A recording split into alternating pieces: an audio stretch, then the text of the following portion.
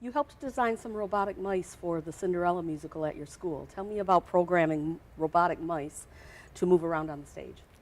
So we bought these Brookstone robots, and we took them apart and used all the internal components to be the inside of our mice.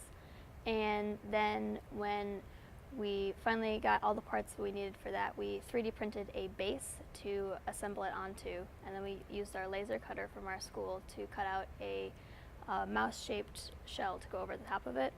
And then we had two drivers backstage who were driving the mice around on the stage and interacting with Cinderella and the fairy godmother on stage for some of the transformations and stuff like that. And the audience really loved them. Every time they'd come out, it was the best part of the show. Tell me what you like most about helping out with the Air Zoo and the Society of Women Engineers Corporate Engineering Challenge. I think it's a really fun experience to be able to share something that I really like doing, such as engineering and science, with a bunch of other younger girls.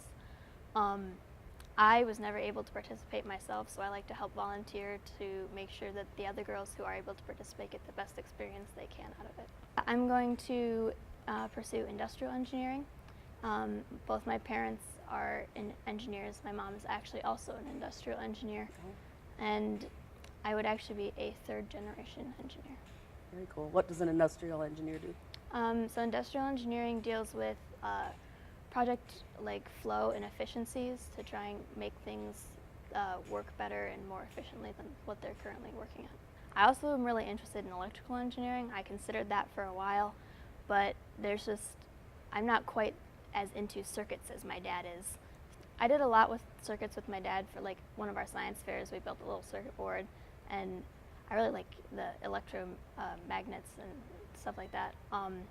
And we built a maglev track one year for my science fair. But I just never thought that I could quite do circuits all the time. Yeah.